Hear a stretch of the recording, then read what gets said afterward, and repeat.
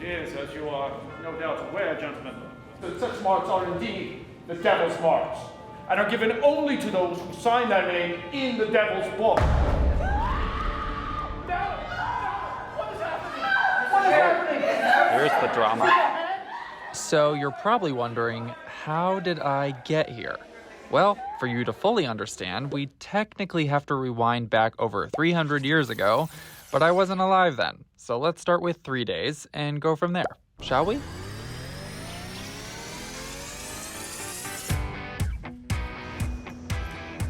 I've made it. Yes, I am here in Williamsburg, and I'm here for many, many reasons. The first reason why I am here is because it's spooky season. This is a place that is loaded with haunted history. So the next couple days I'm going to dedicate to showcasing a lot of the spooky lore, perhaps real ghosts, and a lot of other spooky experiences. The second reason is because this is a place where you can literally transport all the way back to the 18th century. Modern life is crazy, it's chaotic, and so I asked the Tourism Bureau, Visit Williamsburg, hey, can I come and get a little escape? And they were like, yes, of course. We have 3 days full of action-packed adventures. So I'm going to check into the hotel and I'm going to mentally prepare myself because spooky things really freak me out, but I'm also here to try something new and get comfortable with being uncomfortable. So let's try that.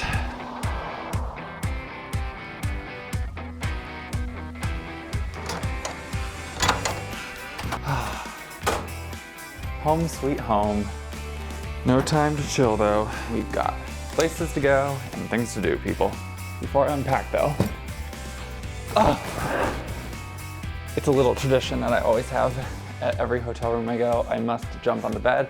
It's also a not so subtle way to test the mattress because I'm a very particular sleeper. This mattress is Hunter approved. Good job, Williamsburg Lodge, for that. Let's unpack and then off to the races. Amazing itineraries, Williamsburg. Let's do this.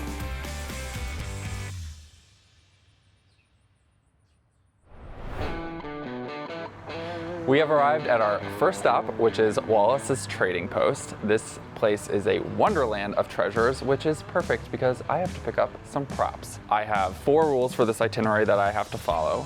I already have rule number 4 accounted for with this lovely little ghost hunter device.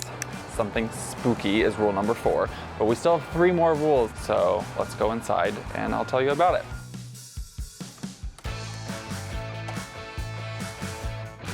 So rule number 1 is something quirky, rule number 2 is something historical, and rule number 3 is something out in nature. So I have to find props that match all 3 of those rules to go with my little ghost hunter device. Will I find some things to match? Let's see. No, not quite. Yes, tricorn hat. For sure fits historical. Let's continue. We're in the realm of nature for sure. Yes, rule number 3 prop, check, onward. So we still have a rule number 1, quirky. Not quite. This is it. This is the one, fortune teller. Rule number 1, done. However, I did find something pretty sweet at the gift shop. Should I have fudge?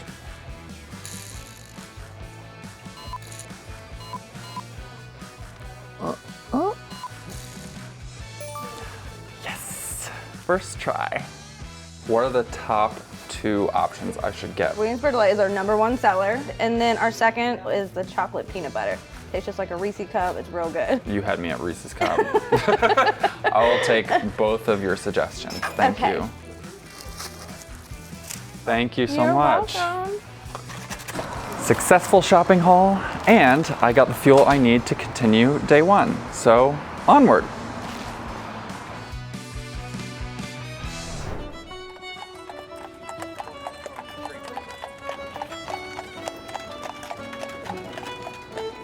Now, it is time to immerse ourselves in rule number 2, which is history.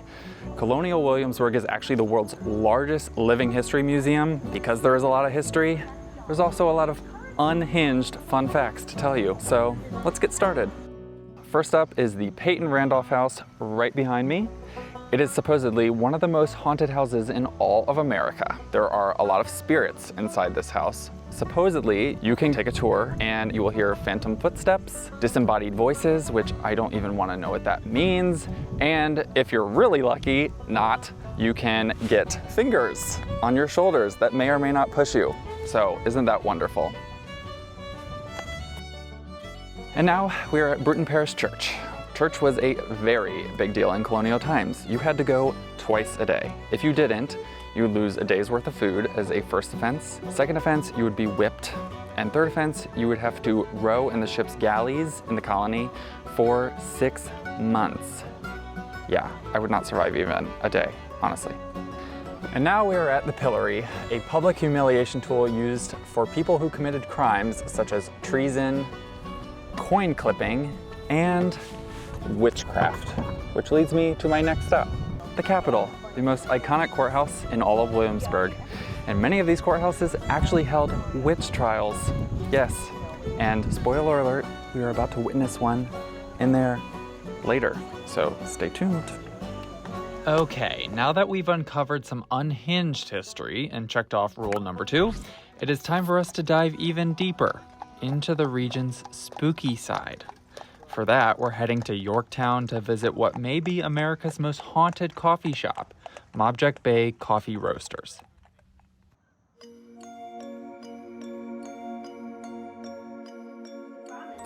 Celeste Gusenak, who is the owner of Mobjack Bay, had many stories to share, most notably the presence of a spirit named Miss Anne, who likes to sit in this chair and overlook her domain.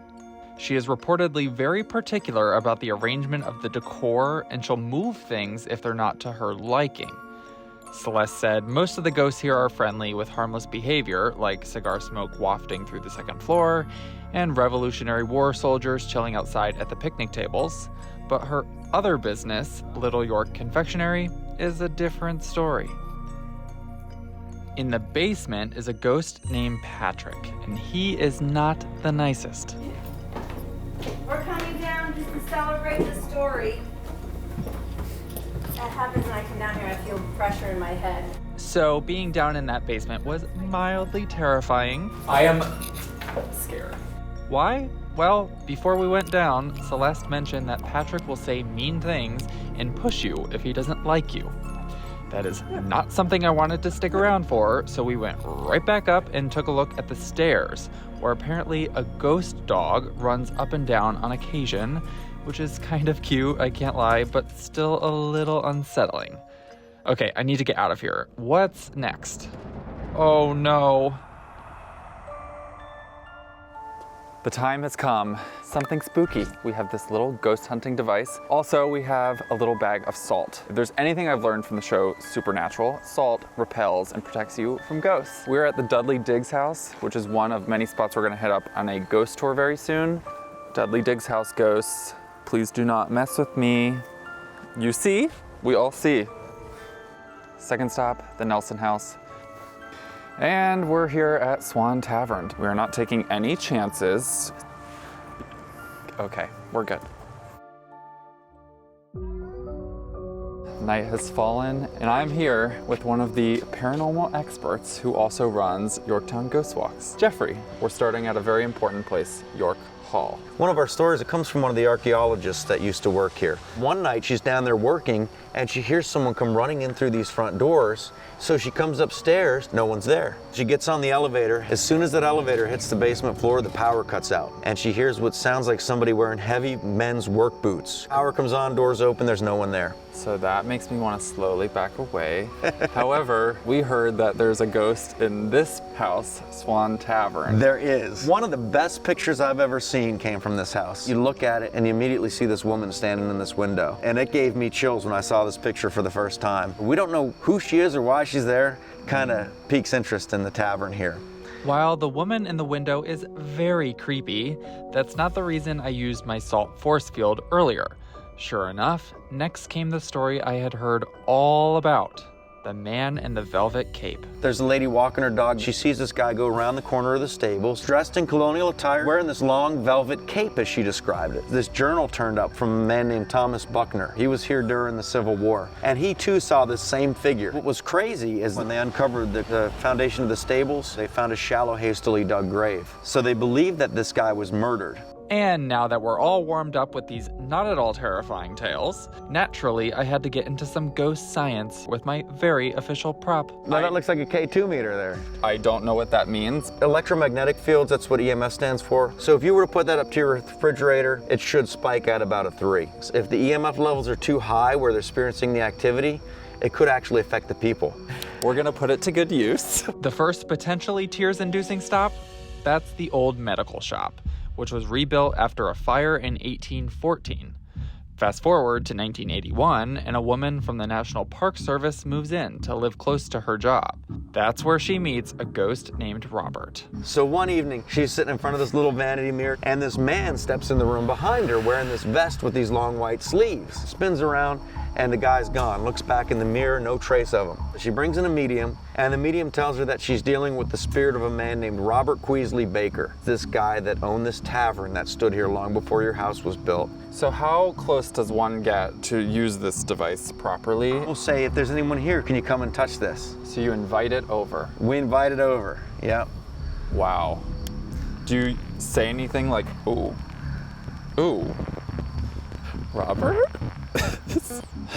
Okay, that's enough for now. When that goes up to red, you have something more powerful than a refrigerator. That's right there. Okay, so I'm not in tears, but something about a refrigerator-sized energy being in my vicinity isn't exactly soothing. Lucky for me, we got a little break from the ghosts until we got to the field. Should we go in?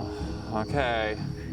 The short story is that the field was once home to a manor occupied by British troops during the Revolutionary War. Those troops were playing cards one night when George Washington and his army were setting up cannons all around Yorktown.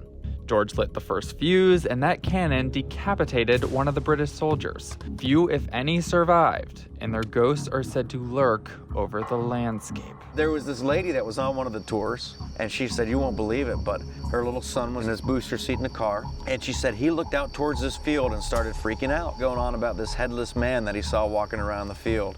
Why is the ground so active? Ooh, that's a lot of action. Uncomfortably close. Is now an appropriate time to call my mom? I'm scared.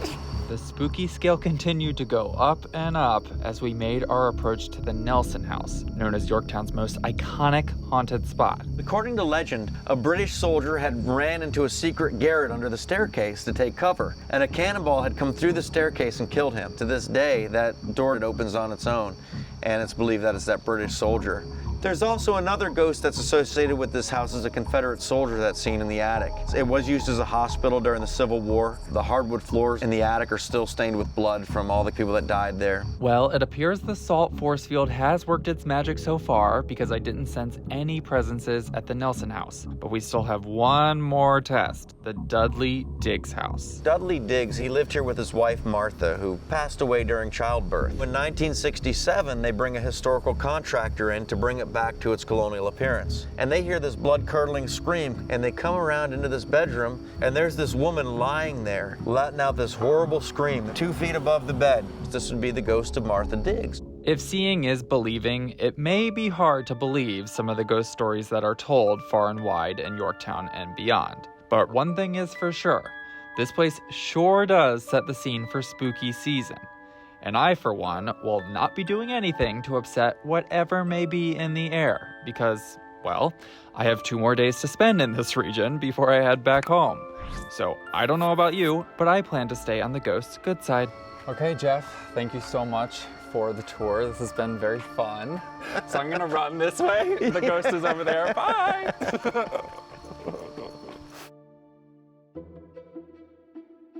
I survived. We made it to day 2 and we are going to dive right into it. We're starting with more history, but this time we're gonna go below the surface. And I'm here with all things archaeological expert, Sean. Hi there. Hi. Good to see you. Great to meet you. We're here in historic Jamestown, which is a very important archaeological site. Yes, we've had a lot of big discoveries here. One of them was just the fort itself, and we were actually able to recreate what it looked like.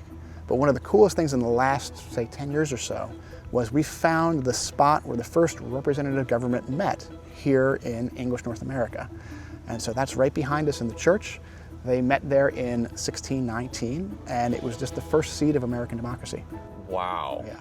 Okay, that's amazing. I think so too. Given that incredible discovery, the church was our first stop in this archaeological adventure, which houses remnants of the structure's original foundation and walls, as well as a reproduced bell that was once used in the church 400 years ago. If that's not eye-popping enough for you, then there's this, a cellar kitchen where colonists would cook. It also so happens that this is the site where archaeologists discovered survival cannibalism was a thing in Jamestown during the starving time of 1609 into 1610. What's coolest to me, though, is that historic Jamestown is still an active archaeological dig site, so you can see new layers being uncovered before your eyes. Many of the most impressive finds are housed in the nearby Archaearium, a museum with more than 4,000 artifacts, from a loaded gun found in a well to a very elaborate-looking ear pick that doubled as a flossing device. While 4,000 may seem like a big number, historic Jamestown actually has an estimated 5 million artifacts in its possession, and Leah is one of the main experts in charge of curating all of it. As you'd probably guess, the process is quite complex. This is where the artifacts first come when they come from the field, and these bags have really important information on them that we keep with the artifacts through the whole process. After cleaning the artifacts, Leah said they organize them by material type and either count or weigh the artifacts based on their category before taking measurements. Through this sequence, they can begin to understand in what time frame the item originates and also how that item evolved over the years. Another piece of the puzzle is where the items come from in the first place. See, this collection is not only huge in terms of size, but also in geography. Leah showed me artifacts from Germany, Portugal, Spain, and Italy, among others. Of all the items and all the places, 2 of the most interesting to me were these little glass contraptions. Can you guess what the first one is? I'll give you a hint. It's not a light bulb. This is a cupping glass. Cupping is actually a technique that's still used today. You'll see like very circular bruises. Yeah, so they've been cupping. Now we know it's like a muscle relaxant technique. This one I like also, again, it's glass and one of the few artifacts in our collection that's complete, never been broken. Okay, any guesses for this second one? 3, 2, 1. It's probably a little tiny vial that would have contained something medicinal and it would have been hand blown. I think they're very cool. I agree, Leah. They are very cool. And while we're on the topic of glass, let's keep it going. Things are about to start heating up because we are at the Jamestown Glasshouse. The art of glassmaking may be very much alive now at this reconstructed facility just a stone's throw from historic Jamestown, but it was not exactly a booming business in the 17th century. Starvation, poor quality sand, and expensive transportation all contributed to glassmaking's demise in the area. Still, watching artisans craft these delicate objects is a mesmerizing experience that must be seen while you're here in Jamestown. Plus, you can even purchase some of the masterpieces, no ships or shipping required. Now that we have more than sufficiently checked off rule number 2, it is time to now go into rule number 3, something in nature. Welcome to the Williamsburg Botanical Garden.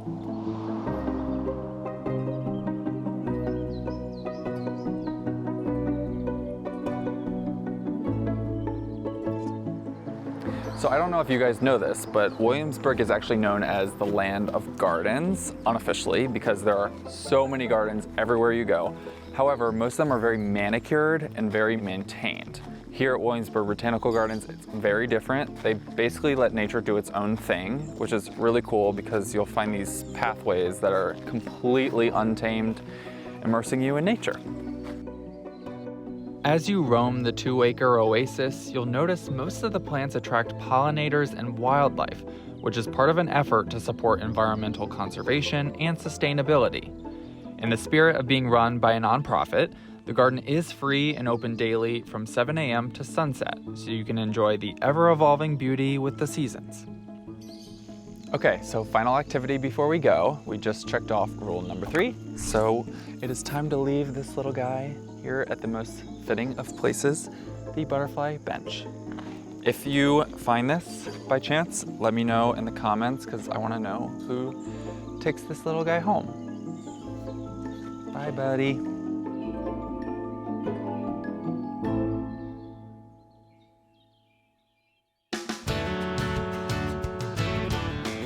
And now we are at day 3. So we're going to get a sugary start to the day because Williamsburg is actually known as America's pancake capital because of the high concentration of pancake houses. So we are here at one of them, Astronomical Pancake House, which is known for some pretty impressive concoctions. So let's dig in. Before I stuffed my face, I chatted with chef and co-owner George, who gave me a little sneak peek into 2 of their most iconic creations. This one's gonna be the cinnamon swirl, where you can actually see the swirl in it and it look like a cinnabon. And then this one's the berrylicious. So on top will be raspberries, blackberries, blueberries, and strawberries. After witnessing the finishing touches, finally, it is time to eat. Okay, I present to you guys the holy trifecta of day 3 breakfast. The cinnamon swirl pancakes, we have the berrylicious pancakes, and the third is the royal French toast, which is actually a special, so it may not be on the menu by the time you guys see this, but it looks delicious. I love sweet stuff, I love pancakes, so let's go. We love it. I may be bouncing off the walls later today, but I have the fuel now. Okay, berrylicious, here we go. I bit off more than I can chew, literally. But they're perfect together. Perfect pairing. Now it's time for the French toast. Here we go. Ooh. That's actually my favorite. I can feel the sugar rush. For sure, first place. The healthy side of me wants to put that second, but the real side of me wants to put that second. Third. All very good though. Okay, now we gotta really make a dent here because I have a lot to eat. Now that I'm fueled up on flapjacks, we are heading toward a dynamic duo of a finale. The first of which is filled with my favorite thing, horror. No. No. Yeah, I was lying. Horror is not my favorite thing. Far from it. But here we are.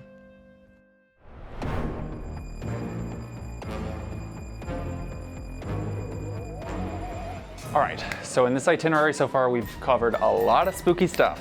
But right now, we are heading into one of the epicenters of horror in Williamsburg, Busch Gardens Howl-O-Scream. And I'm here with one of the leaders who has helped in creating one of the latest, greatest additions to Howl-O-Scream. Hi, Kevin. How you doing? So where are we right now?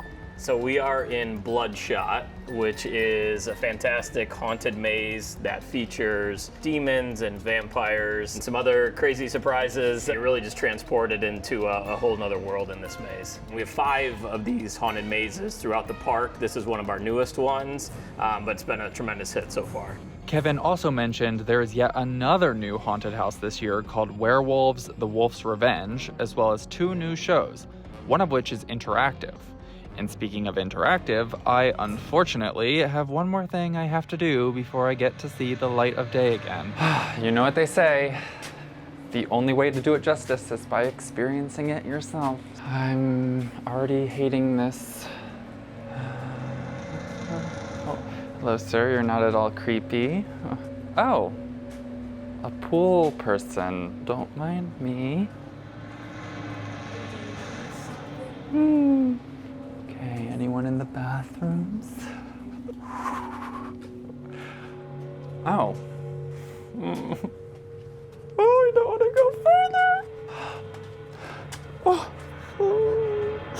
This is scary. Sir, you look not well. I have a lot of questions about that one. It's okay.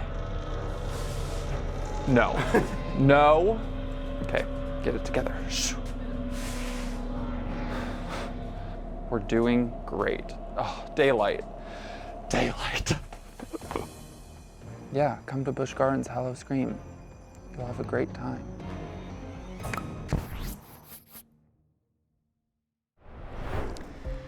Now that we've seen modern 21st century horror, just wait, because we are in for something crazy, 18th century horror, a witchcraft trial. Now, the real question is, will Grace Sherwood be convicted of witchcraft? Fortune teller says no. Will it prove to be true? You are probably wondering, who on earth is Grace Sherwood and why is she on trial for witchcraft? I have the perfect person to answer that for you. Rachel. In the late 17th century in Princess Anne County, Virginia, there's a woman named Grace Sherwood. She and her neighbors, Luke Hill and Elizabeth Hill, get into a few disagreements. In the process of getting it settled in court, Luke Hill comes in to ask that Grace Sherwood be tried for felony witchcraft. With a backstory like that, it's no wonder this witch trial is the talk of the town still today. Cry Witch, the name for the program that brings the story back to life, is the longest running evening program in Colonial Williamsburg, now well into its 3rd decade. Before the trial begins, we have one more thing to do, and that is to ask very hard-hitting questions to an important person in this trial. Attorney General Stevens Thompson, what is the evidence? Grace Sherwood does have several black spots upon her person. We have what's called the damnum ignotum and the malum secundum, which is a curse. The type of dancing she is described as doing is certainly not normal. This is a sign of witchcraft. Oh, let's see. You may be seated, gentlemen. God save the Queen and her colony of Virginia. God save the Queen. The court calls Luke Hill. Grace Sherwood has long been practicing witchcraft. And I know it were Grace Sherwood caused it! My husband spoke to Grace Sherwood, and she cursed him. Yes. Sir, that question is not... In them eyes, I could see the fires of hell. I will not have evidence. Such marks are indeed the devil's marks, and are given only to those who sign their name in the devil's book. Here's the drama. You are dismissed. Thank you. Sherwood! Mr. Sheriff, is she breathing? Guilty of the crime of witchcraft, raise your hands at this time. In court is set in judgment under God upon you, and by a ballot of 43 to 48, you have been found guilty of the crime of witchcraft. And there you have it. Grace Sherwood is guilty in 2025, just like she was in 1706. While the fortune teller may have been wrong, honestly, I'm okay with it, because no one could have possibly saw some of that, shall we say, colorful testimony coming. And that, my friends, is one quirky yet unforgettable way to show a very real chapter of Williamsburg's incredible story. Better yet, it's the ideal final chapter to our own story that has been this grand colonial adventure. All right, you guys, that is a wrap on Williamsburg. It has been one amazing itinerary, and honestly, the city you can't really hold a candle to, but it is time to head on to my next city. So with that, see you guys later.